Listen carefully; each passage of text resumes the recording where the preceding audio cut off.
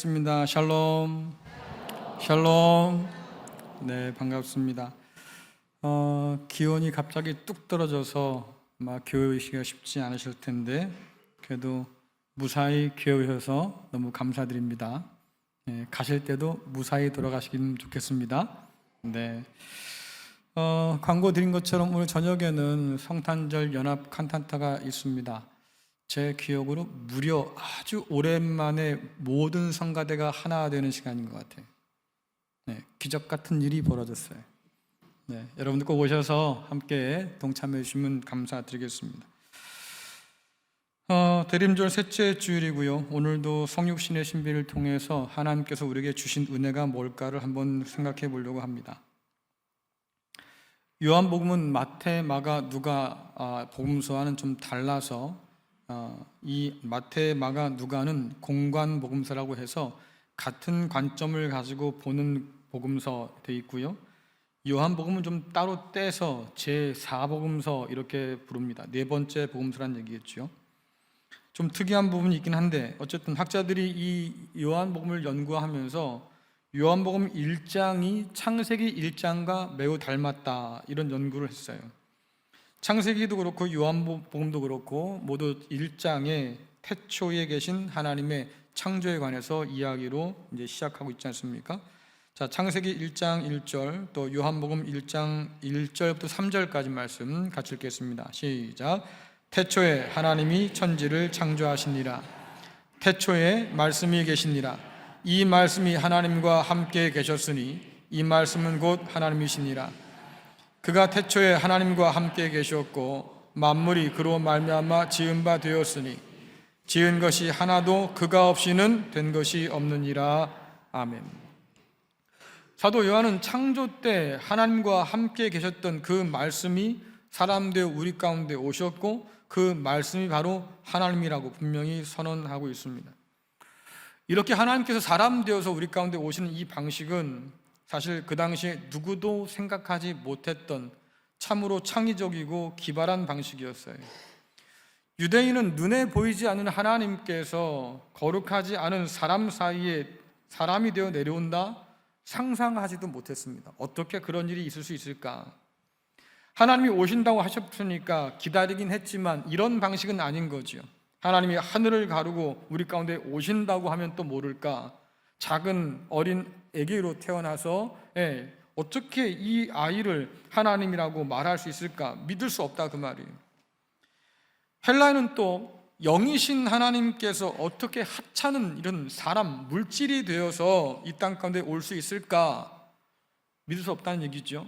그래서 이들 중에는 어떤 사람이 있었냐면 예수님께서 이 땅에 오긴 오셨는데 한 번도 땅을 밟은 적이 없이 공중에 둥둥 떠다녔을 거야 이렇게 상상을 펼친 분도 있었어요. 믿을 수 없는 거죠. 어떻게 하나님께서 물질이 되어서 사람이 되어서 왔을까? 물질은 아주 천한 건데 하지만 성경에 보니까 세상을 만드신 분은 하나님이시고 그 물질로 세상을 만드신 이후에 참 보기 좋았다 하신 분도 하나님이시니 이런 헬라 사람들의 생각과 하나님의 생각은 전혀 다른 거죠. 어쨌든 유대인과 헬라인 모두 사람 되어 오신 하나님 그것은 생각하지도 못했던 일이었다라고 하는 거예요. 성경을 잘 읽어보시면 그러나 사람 되어서 오신 예수님에 대해서 뭐라고 말하냐면 약속대로 오신 분이다, 기약하신 대로 오셨다 이렇게 말씀하거든요.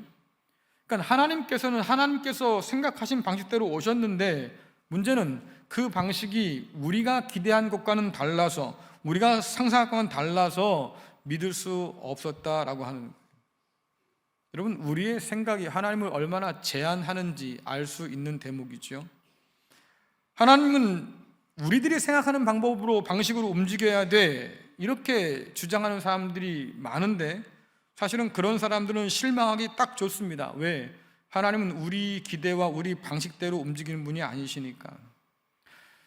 여러분들 신앙을 가장한 불신앙이 있다고 그러지요. 예수님께서 이스라엘 백성들을 보셨을 때 유대인들을 보셨을 때 말씀하셨던 것 중에 바로 하나가 그거예요. 너희들이 내가 하나님께로부터 와서 하나님의 말씀을 아버지의 말씀을 전하는데도 불구하고 깨닫지 못하고 이해하지 못하니 내 보기에 너희 아버지와 내 아버지는 다른 것 같아. 내 아버지는 하늘에 계신 하나님이신데 너희 아버지는 사탄이구나. 여러분, 누가 유대인 보고 사탄이라고 그러겠어요? 그렇잖아요. 그러니까 그들은 율법에 열심이었고 하나님을 섬기기 위해서 예배도 드리고 열심으로 섬긴 사람이었는데, 주님께서 하신 말씀은 너는 아버지가 사탄이야, 내 아버지와 달라라고 말씀하시고, 그 이유가 뭐냐? 믿지 않아서. 주께서 오셔서 말씀하셔도 믿지 않아서. 교회 가운데도 마찬가지입니다. 오늘도 그런 신앙을 가장한 불신앙인은 분명히 있겠다. 지난번에 말씀드렸죠. 10명 중에 6명은 명목상 그리스도인이라고요. 그렇죠? 중직자 3명 중에 1명도 명목상 그리스도인일 수 있다고요. 이게 참 무서운 일인데, 그렇다고 하면 신앙을 가장한 불신앙이 오늘 교회 안에 있다고 우리가 확신해도 될 것 같다는 생각이 듭니다. 어쨌든 말씀으로 세상을 지으신 하나님이시고 없는 것도 말씀으로 불러내시는 하나님이시니까 못할 일이 없겠는데, 우리는 자꾸 그 하나님의 일을 우리 생각으로 규정하려고 한다, 그 말이에요. 이런 우리에게 하나님의 행동은 언제나 예상 밖이에요. 우리의 시간표가 아니라 하나님의 시간표를 따라서 움직이지요. 나는 지금 당장 하나님께서 이 일을 하시면 좋겠는데 하나님은 그게 별로 중요하지 않아요. 좀 이따 해도 괜찮아. 네가 급한 거지 내가 급한 거냐라고 하는 거죠. 왜? 내 시간표에 맞춰 해도 충분하니까 좀 기다려라 말씀하시는데, 우리는 그것을 믿지 못하고 기다리지 못해서 자꾸 종종거리는 거예요. 뿐만 아니라 우리가 원하는 방식으로 하나님을 움직이면 참 좋겠는데, 그래서 여러분들이 기도한 대로 응답되기를 바라는 거 아니겠어요? 근데 하나님은 종종 우리의 기대를 벗어나시거든요. 그리고 하나님의 방식을 가지고 일하셔요. 왜? 하나님은 그럴 자유가 있는 분이시니까 우리 생각에, 우리 기도에 매이지 않는다, 그 말이죠. 그래서 이런 하나님은 언제나 우리에게 낯설고 때로 우리를 굉장히 당황스럽게 만듭니다. 그래서 요한복음의 사람들은 하나님을 알아보지 못했다고 지금 고발당하고 있어요. 자, 요한복음 1장 5절 말씀 같이 읽겠습니다. 시작. 빛이 어둠에 비치되 어둠이 깨닫지 못하더라. 아멘. 깨닫지 못했다 해서 이 깨닫다라고 하는 단어는 두 가지 뜻이 있습니다. 이해하다라는 뜻이 하나 있고 극복하다, 이기다라는 뜻이 하나 있어요. 이중적인 뜻이죠. 그러니까 해석이 달라질 수 있는 거예요. 빛이 어둠이 비춰왔는데 어둠이 빛을 이해하지 못했다, 혹은 어둠이 그 빛을 이기지 못했다. 둘 다 맞아요. 둘 다 맞아요. 주님께서 오셨지만 사람들은 주님을 제대로 알아보지 못했지요.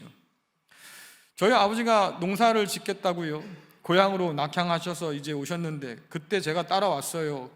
얼마나 깜깜한지. 지금은 너무 환해서 후레쉬 안 켜도 그냥 길 다닐 만큼, 뭐 전원주택 한다고 잔뜩 들어가가지고 산 서너 개를 다 까 없애버려서 지금은 불 안 켜도 그냥 환해요.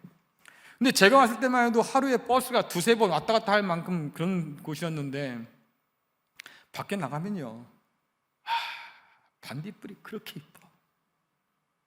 반딧불이 막 때로만 날아다니는데 너무 환상적이야. 근데 여러분들 반딧불 잡아보셨어요? 빛이 아주 밝아요? 밝아요? 이렇게 밝다고 하신 분들은 반딧불을 잘 모르시는 분들이에요. 잡아놓고 나면 별거 아니에요. 빛이 아주 희미하다고. 어떻다고요? 희미해 그냥. 그런데 캄캄한 밤에 그 반딧불이 보여요. 때로 나서 날아다니니까 너무 환상적인 거예요. 야, 그렇구나. 작은 빛도 어둠 가운데 비치면 그렇게 드러나는구나. 군생활 할 때요, 야간 훈련하는데 경계근무를 서는 훈련이었어요.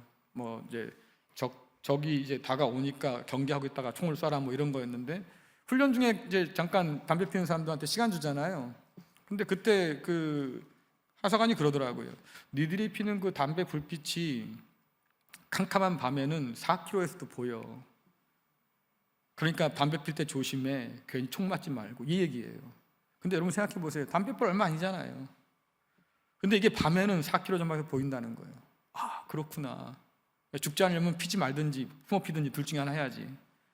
자, 여러분들, 작은 빛이지만 그러나 어둠 가운데 비치면 뚜렷하게 그 정체성이 드러나지요. 그렇죠? 근데 오늘 말씀은 뭐라고 그럽니까? 하나님의 사람 되어 이 땅에 오셔서 빛으로 임하셨는데 세상이 알아보지 못해요. 이해하지 못해요. 얼마나 그 눈이 가려졌으면 그 빛을 보지 못할까.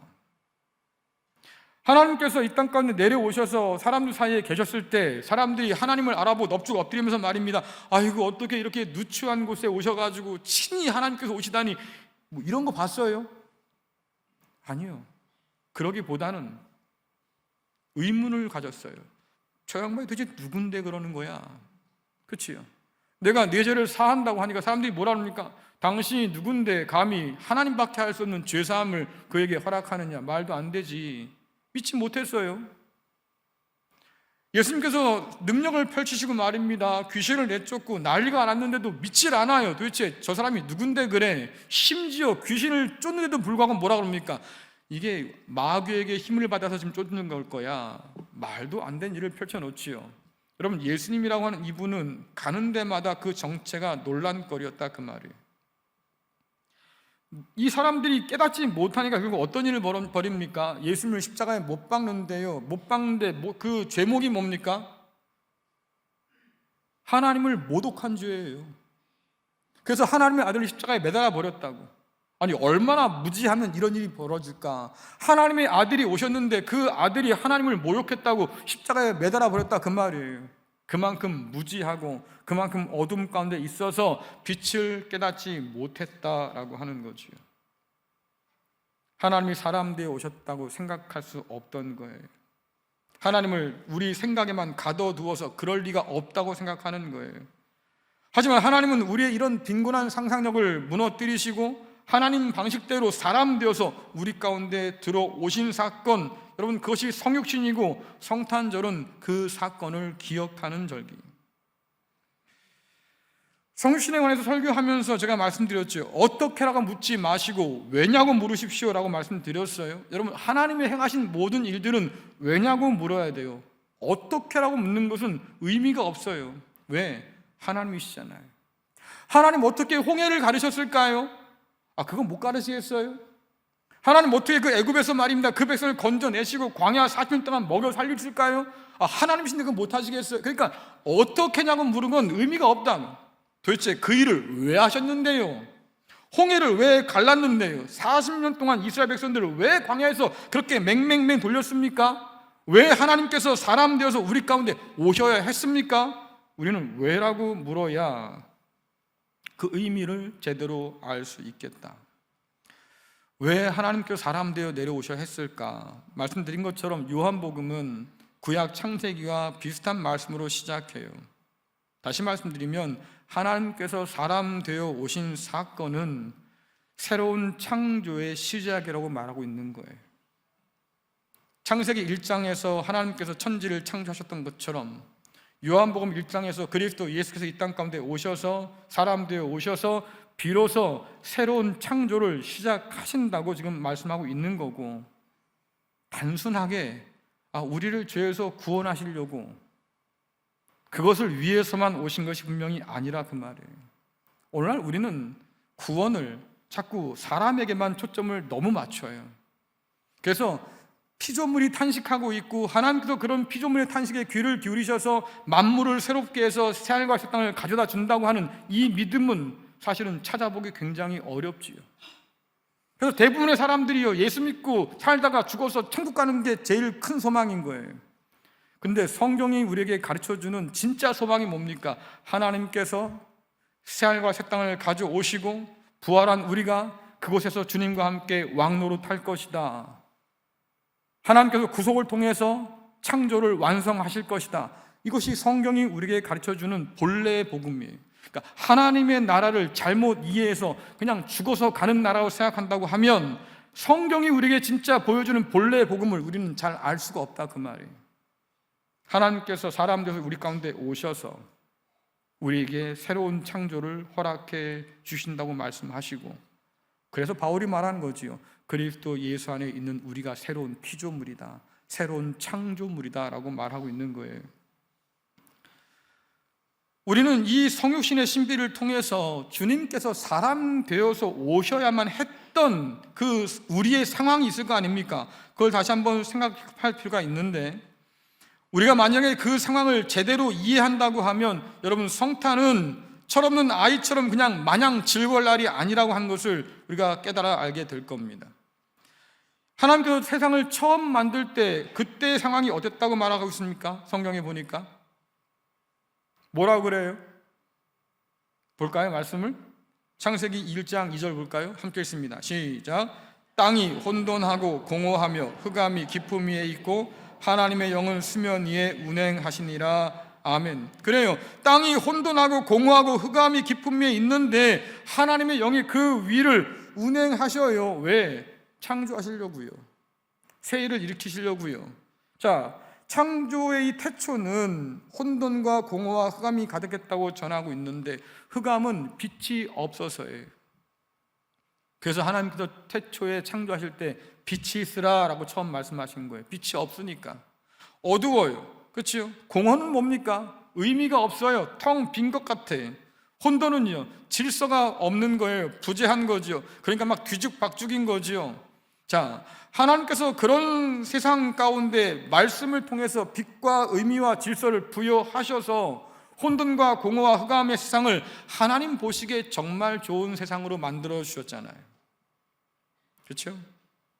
요한복음이 말합니다. 그런 세상 가운데 하나님께서 사람 되어 오셔야 했던 것, 왜 그럴까? 세상이 하나님이 만들었던 그 좋은 모습으로 있지 않았던 거예요. 빛으로 오신 주님을 알아보지 못할 만큼 세상은 어둠 가운데 있었고 사망에 둘러싸여서 공허해졌고 하나님이 아닌 사단을 따름으로 인해서 하나님의 질서가 완전히 뒤집혀서 혼란에 빠져 있다, 그 말이지요. 여러분들, 물고기가 물속에 들어가면 편하죠. 그렇죠? 물 밖으로 건져내면 어떻게 됩니까? 헐떡거려요. 죽겠다고. 다시 물속으로 집어넣으면 신나게 도망가잖아요. 물속이 자유로워. 그리스도 예수 안에서 여러분들이 부름받아서 하나님의 자녀가 되었고 빛의 사람으로 부름받았다고 성경은 말하는데, 여러분, 그러면 세상 살기가 불편해야 돼.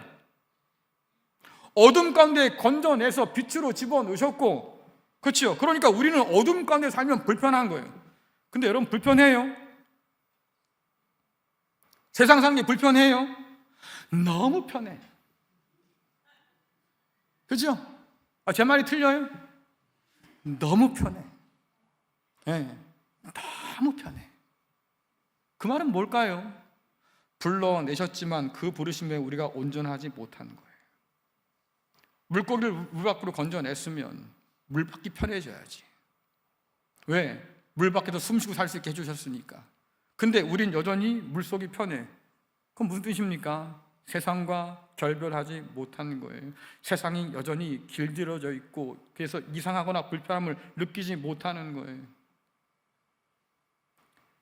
세상 사람이 웃을 때 우리도 똑같이 웃고요. 세상 사람이 탄식하면 우리도 똑같이 탄식하고요. 다를 게 없어요. 왜? 똑같이 사니까. 바로 그 말이에요. 우리도 지금 어둠 가운데 놓여 있겠다. 어둠을 밝힐 빛이 필요하고 공허를 채워줄 의미가 필요하고 평안을 가져다줄 질서가 필요한 세상이 되었단 말이죠. 여러분, 각 가정에 컴퓨터 다 있죠? 그렇죠? 컴퓨터 보통 다 하나씩 있잖아요. 근데 이 컴퓨터가 최신 컴퓨터를 갖다 놔도요, 시간이 지나면 처리 속도가 점점 느려져요. 불필요한 정보의 찌꺼기들이 쌓여서 느려지기도 하고, 바이러스나 아니면 스파이웨어 같은 악성 소프트웨어가 들어와서 컴퓨터의 기능을 떨어뜨리거나 아예 작동하지 못하도록 망가뜨리기 때문에 떨어질 수밖에 없어요. 때로 휴지통도 비워주고요. 그리고 컴퓨터 전용 백신을 통해서 치료도 해보는데 결국 안 되면 어떡합니까? 다시 포맷해요. 프로그램 새로 깔아요. 그래야 제대로 사용할 수 있기 때문에. 여러분, 세상도 그래요. 하나님 보시기에 좋았던 세상인데 흑암과 공허와 혼돈이 다시 들어왔어요. 제 기능을 하지 못해요. 우리는 죄와 사망과 사탄의 권세에 사로잡혀서 하나님께서 기뻐하시는 모습을 잃고 오히려 하나님의 근심거리로 지금 남게 되었다. 그렇기 때문에 말씀이신 하나님께서 친히 사람 되어 우리 가운데 오셔서 새롭게 세상을 다시 창조하시려고 하는 것이고, 사람 되오신 그 주님을 통해서 하나님은 우리뿐 아니라 하나님이 지으신 이 세상을 새롭게 회복시키기를 원하시는 거지요. 여러분 계시록 보세요. 보라, 내가 만물을 새롭게 한다. 내가 새하늘과 새 땅을 너에게 가져다 줄 것이다 말씀하잖아요. 하나님은 그리스도 예수를 통해서 그 새 창조를 위해서 이 땅 가운데 보내주셨어요. 그러니 이 성탄의 신비를, 또 성육신의 진리를 자꾸 우리가 깊이 묵상하다 보면 오늘 우리의 상황이 보이는 거예요. 야, 절망적인 상황이구나. 얼마나 우리 상황이 절망적이면 하나님께서 사람이 되어 이 땅 가운데 오셔서 했을까? 우리가 얼마나 소망 없는 사람이었으면 하나님께서 아들을 통해서 이 땅 가운데 내려오셔야 했을까? 이 세상이 우리를 통해서 얼마나 망가졌으면 하나님께서 우리를 통해 그리스도 예수를 통해서 새롭게 이 땅을 창조하려고 하실까? 우리 현실이 보인다. 이것이 성탄의 진리 앞에서 깨닫는 아주 중요한 이유. 두 번째로 이 성육신의 신비는 하나님의 목적뿐 아니라 의미도 전해줘요. 성육신의 목적이 새 창조에 있다고 하면 성육신의 의미가 뭐냐라고 할 때 그것은 바로 사랑이에요. 여러분들, 하나님은 스스로 계신 분이시죠. 그렇죠? 자존하실 뿐만 아니라 자족하시는 분이셔요. 저와 여러분이 뭘 드려서 하나님이 먹고 산다고 하는 건 성경에 기록되지 않습니다. 그건 이방 잡신이라는 일들이지, 하나님은 우리가 뭔가를 드려서 그것 때문에 배부르고 그것 때문에 기분 좋은 분이 아니라 그 말이에요. 하나님은 우리가 없어도 하나님이에요. 우리가 이 땅에 있기도 전에 하나님은 먼저 계셨고, 우리가 없을 때도 하나님은 하나님으로 계셨다 그 말이죠. 그러니까 굳이 우리를 창조할 이유가 없어요. 그렇죠? 한번 생각해 보셨어요? 하나님께서 왜 우리를 창조하셨을까? 그래서 왜 그 속 끓이고 계실까? 그렇잖아. 우리를 만들지 않고 그냥 놔뒀다고 하면 그냥 그렇게 살 텐데 굳이 세상을 만들어 놓고 그 끌탕하시면서 아들까지 보내셔야 했을까? 그 이유는 뭘까? 창조의 이유가 있을 거 아니에요. 요즘 저출산 문제가 굉장히 심각하다고 그래요. 며칠 전에 본 그 뉴스에 의하면 비혼주의가 확산되고 있고 결혼에 대한 부정적인 생각들이 우리 20, 30대 사람들에게 굉장히 많답니다. 그래서 20대 절반 남자는 결혼 안 해요 이렇게 말하고요, 여자 3명 중에 2명도 결혼 안 해요 이러고 있다고 그래요. 1인 가구가 벌써 30% 넘었습니다. 전체 3분의 1이 넘어간다 그 말이죠. 아이를 낳지 않는 부부가 점점 늘어가요. 그래서 혼자 살아도 괜찮고 부부 둘이 살아도 괜찮아, 아우 셋 피곤해, 이런 사람이 늘어가요. 근데 또 개는 키워. 또 개는 키우는데 아이는 못 키우고 있다 그거지. 참 희한한 세상인데, 어쨌든 젊은이들에게 부탁드리겠습니다. 제발 결혼하셔서 아이 좀 낳아주세요. 여러분, 세계적인 학자가 우리나라 인구 통계를 보고 끌탕을 했습니다. 왜? 이 나라는 이미 망했대요. 이 나라는 이미 망했대요. 아이를 낳는 출산이 점점 낮아지면 이 나라는 그냥 자연적으로 소멸할 거래요. 네. 뭐 지금 좋다고 그냥 너무 좋아하지 마세요. 여러분의 다음 세대가 심각하니까. 어쨌든 그런데도 이런 세상 가운데요, 자녀를 낳아서 키우는 사람들이 있어요. 그렇죠? 사랑해서 낳고 사랑으로 키우잖아요. 아이가 자라면서 속을 썩이면 울기도 해요. 속도 상하고요. 그래서 뭐라 그럽니까? 내가 널 괜히 낳았어. 마음에 없는 말도 한 번씩 털어놓아요. 하지만 진심이 아니잖아요. 왜? 다시 그 아이를 붙들고 씨름하고 다시 사랑을 베풀어주고 다시 사랑으로 그 아이를 키우려고 기를 쓰는 게 부모 아니겠습니까? 그게 묻는 거예요. 아니 굳이 왜 애를 낳아서 그 고생을 하고 사냐고. 근데 이 질문을 하나님께 던질 수 있지 않겠어요? 아니 하나님 그냥도 계실 수 있는 분이 굳이 세상 만들고 사람 만들어서 왜 그렇게 고생하고 삽니까? 왜? 이게 문제잖아. 왜? 근데 아무리 생각해도요, 오늘 말씀에 의하면 사랑밖에는 창조의 이유가 없어요. 그래서 성육신의 신비를 통해서 하나님께서 우리에게 사랑을 전해줬다고 성경은 말하죠. 자, 요한복음 3장 16절, 요한일서 4장 19절 같이 읽겠습니다. 시작. 하나님이 세상을 이처럼 사랑하사 독생자를 주셨으니 이는 그를 믿는 자마다 멸망하지 않고 영생을 얻게 하려 하심이라. 우리가 사랑함은 그가 먼저 우리를 사랑하셨습니다. 아멘. 요한의 편지들은 유독 하나님이 먼저 하신 일에 관심이 많은데요, 우리가 주님을 택한 것이 아니고 주님이 먼저 우리를 택해 주셨다고 말하잖아요. 우리가 먼저 하나님을 사랑해서 하나님이 야, 참 네 사랑이 기특하구나, 나도 널 사랑해 줄게 라고 하신 것이 아니고 하나님이 먼저 저와 여러분을 사랑해 주셨다고 성경은 말해요. 그런데 우리가 먼저 살펴봤지 않습니까? 새 창조가 필요한 세상이 도대체 어떻길래 하나님께서 사람 되어 내려오셔야 했을까? 그래요, 하나님이 세상을 사랑했다고 하는데 그 사랑한 세상이 사랑할 만한 세상이 아니었잖아요.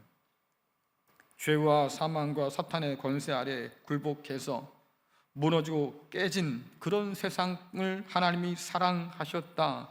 혼돈과 흑암과 또 어둠이 가득한 이런 세상인데 하나님께서 그런 세상을 사랑하셨다. 여전히 전쟁과 다툼이 끊이지 않고 눈물과 탄식이 그치지 않는 세상인데 하나님은 그런 세상을 사랑하셨다. 하나님의 사랑은요, 여러분들, 우리 죄보다 커요. 이때 되면 아멘 나와야 돼. 멀뚱멀뚱 쳐다보지 마시고 다시 한번, 하나님의 사랑은 우리 죄보다 커요. 여러분 믿으십니까? 이거 할렐루야예요. 왜? 아들을 아끼지 않을 만큼 너무 크셔서 그렇잖아요. 우리에게 그 아들을 기꺼이 내어놓으셨다고 그래요. 여러분, 저는 의미가 가치를 결정한다고 믿습니다. 남의 눈에 아무것도 아닌데 애지중지 끌어안고 있는 사람 보면요, 맞아요, 의미가 가치를 결정해요. 지금은 좀 덜한 것 같은데 옛날에는 저쪽 여주 이천 쪽에 말입니다, 강가를 돌아다니면서 돌 주는 사람 굉장히 많았어요. 그렇죠? 비가 한번 싹 주고 내려가면 또 새로운 돌이 나왔다고 가가지고 하루 종일 그 돌 잡고 앉아 있어요. 아이고, 그냥 돌이에요, 여러분들. 근데요, 그 사람들은 달리 보이는 거야. 이거 봐, 모양이 뭐 안 보여? 아무리 봐도 안 보이는데 보인대.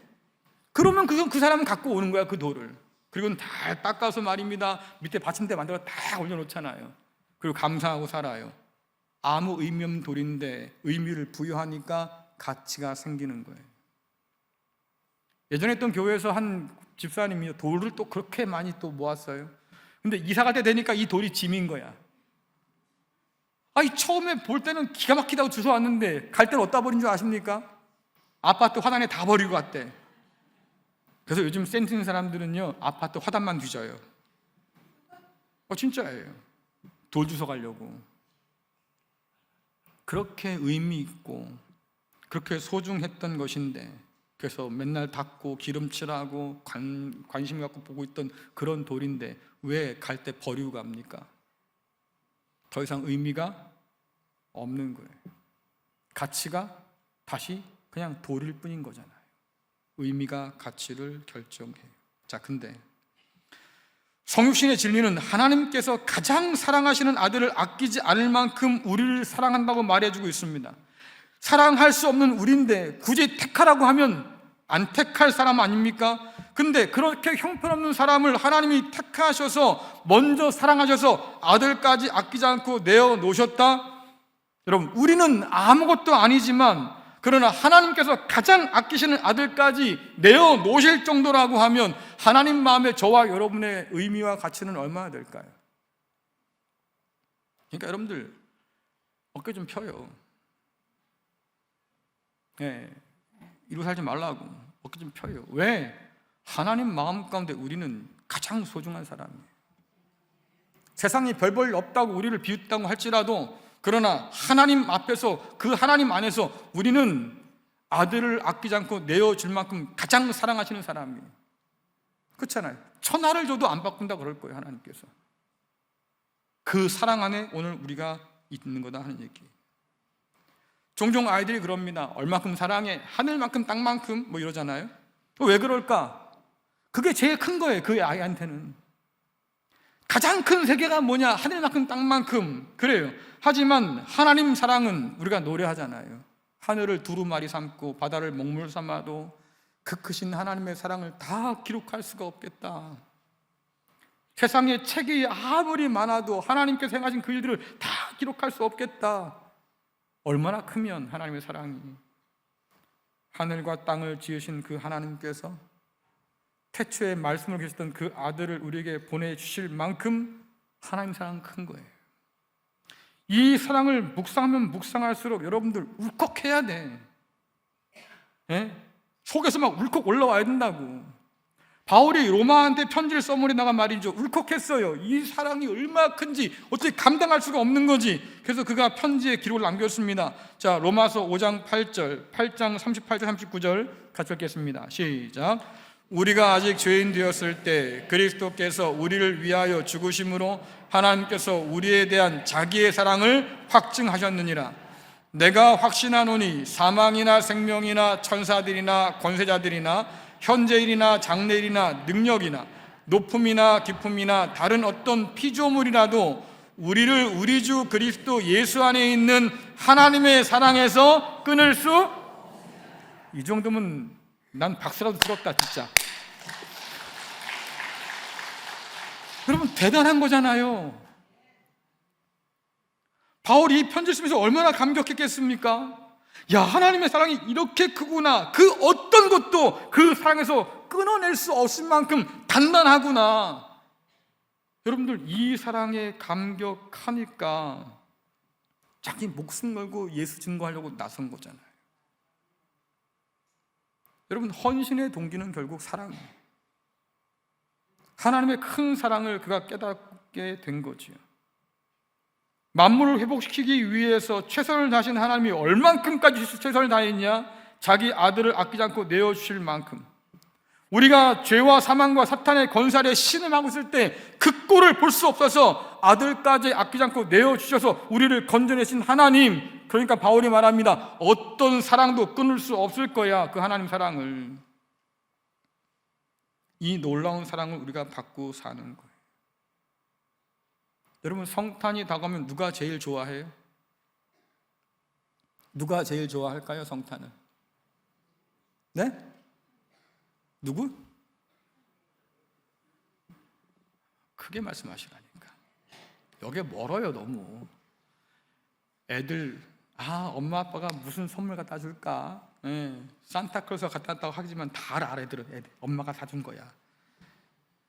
또요, 성탄을 기대하는 사람 또 누가 있을까요? 예? 믿는 사람들이요? 땡. 연인이에요. 아우 성탄 잘라 데이트 어디서 하지? 그렇죠? 아주 그냥 콩닥콩닥 마음이 뛰어. 그래서 어딜 갈까 맨날 검색하고 있잖아 요즘에. 그잖아요. 성탄은 근데 그렇게 낭만적인 날이 아니에요. 죄송하지만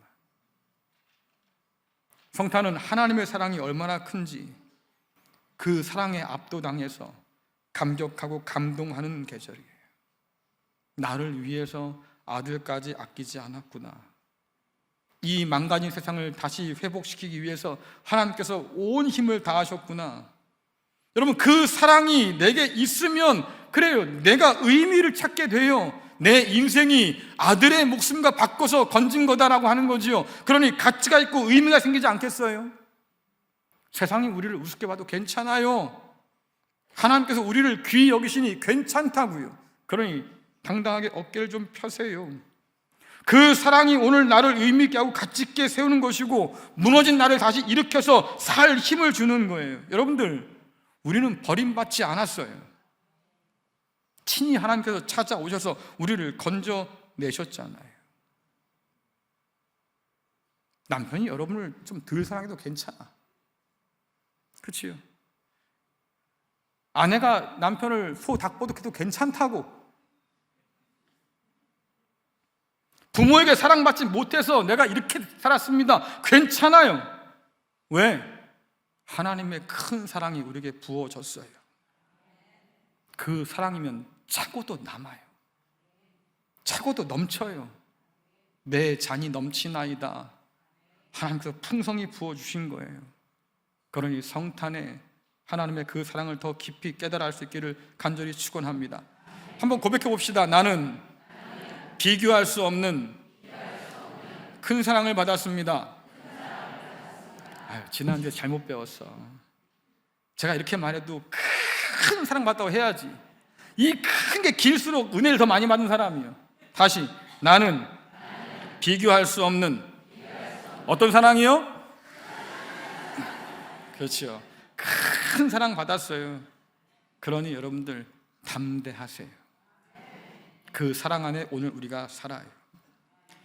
세 번째로 성육신의 신비는 우리가 품을 소망이 뭔지를 알려줍니다. 이 소망은 하나님이 아들을 통해서 우리에게 보여주신 그 사랑 때문에 가능한 소망이에요.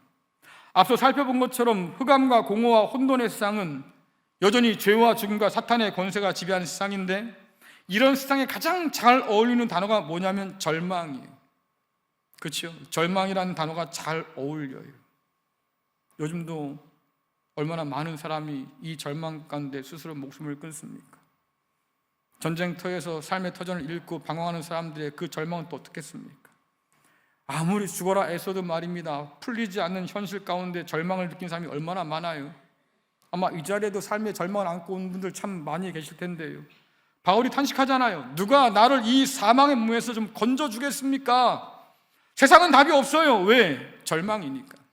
우리를 어둠 가운데로 점점 더 몰아넣고, 의미 없는 공허 가운데로 몰아넣고, 뒤죽박죽된 인생 가운데로 우리를 몰아넣고 정신을 못 차리게 하니까 세상은 답이 없다, 그 말이에요. 그런데 성육신의 신비는 뭐라고 우리에게 말해주냐면, 그 더럽고 추악한 세상을 하나님이 사랑하신다 그래요.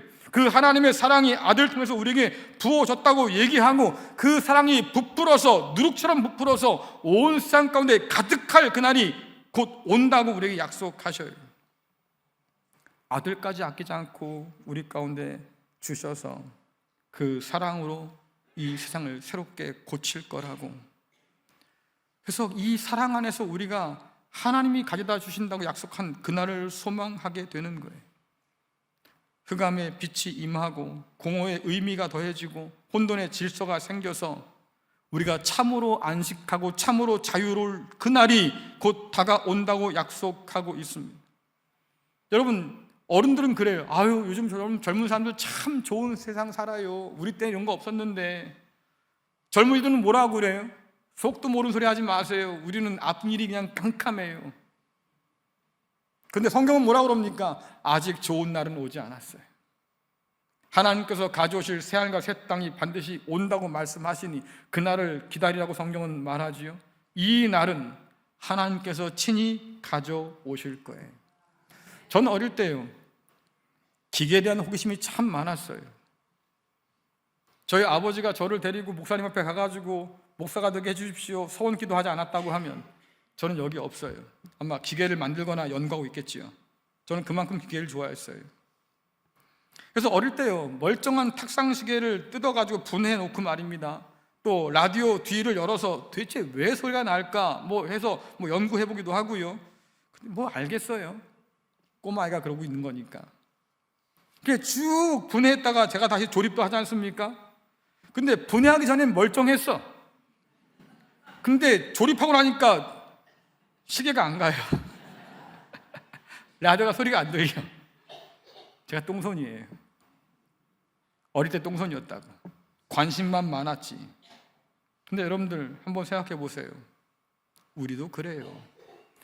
하나님 보시기에 좋았던 세상, 하나님 금손이잖아요. 기가 막히게 만들어 주셨는데 우리가 손을 대는 것마다 흑암과 공허와 혼돈 속으로 다시 몰아넣어요. 그러지 않아요? 한 환경공학자가 그런 논문을 냈어요. 이 지구를 구할 방법이 있다고, 이 환경을 다시 회복시킬 방법이 있다고. 그래서 그가 논문 끝에 결론이 뭡니까? 사람만 없어지면 돼. 진짜예요. 그만큼 우리는 심각한 사람이에요. 손 대는 것마다 망가져요.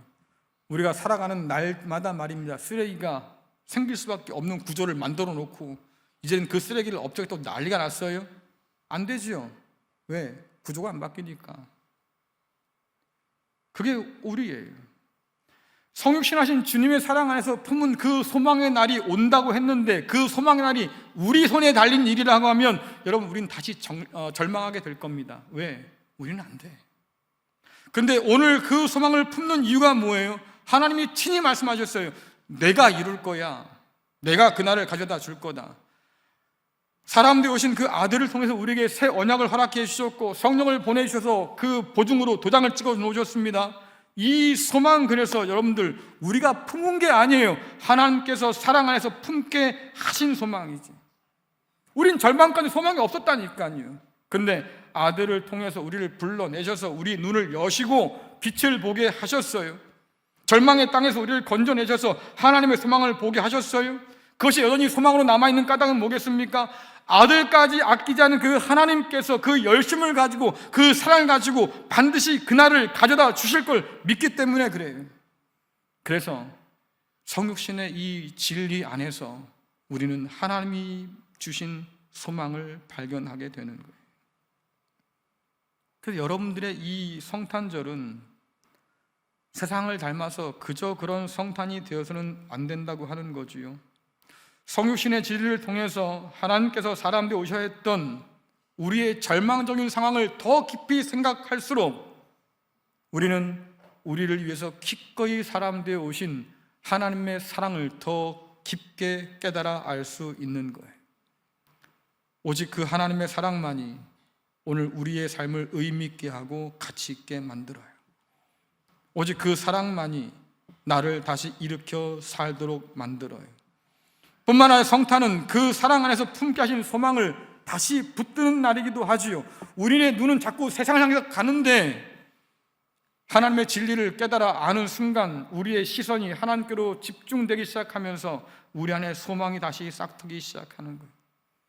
여러분들이 성탄 카드를 쓰기도 하겠지만 그것은 기쁨을, 이 놀라운 기쁨을 전하기 위한 것이고, 여러분이 성탄 선물을 준비한다고 하면 그것은 하나님의 선물을 기억하기 위함이에요. 하나님께서 사람 되어 오신 성육신의 진리를 바로 깨달아 안다고 하면 우리는 이전처럼 세상 사람처럼 그저 그런 성탄을 보내서는 안 된다는 것을 깨닫게 될 거예요.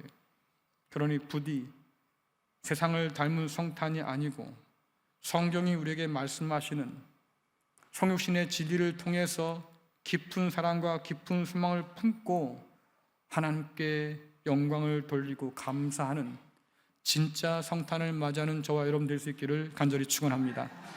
다 함께 일어나셔서 찬양 드리겠습니다.